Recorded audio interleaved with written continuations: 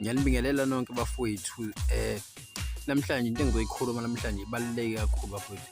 Yekani bafowethu ukuthenga iy'tini ey'bhedayo, ukuthenga i-material ebhedayo bafowethu. Short ebhedit.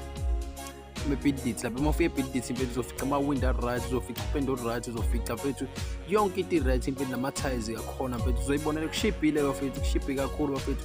Indlu yakho ingahlala 40 years, 8 years. Yabo? Ingahlala nje iminyaka eminingi kakhulu indlu yakho bafowethu. Ngeke iqedishe, ngeke angathi nje ngeke uyibone sidilike sitshekile.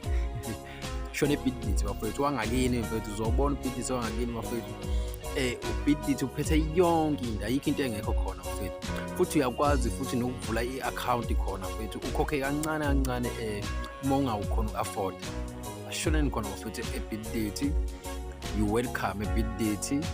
Usho mina uMthobisi wami Mkhize ke mfana induzo amashares imshaza amcile futhi zimangolaka okhona la eThekwini eManimora.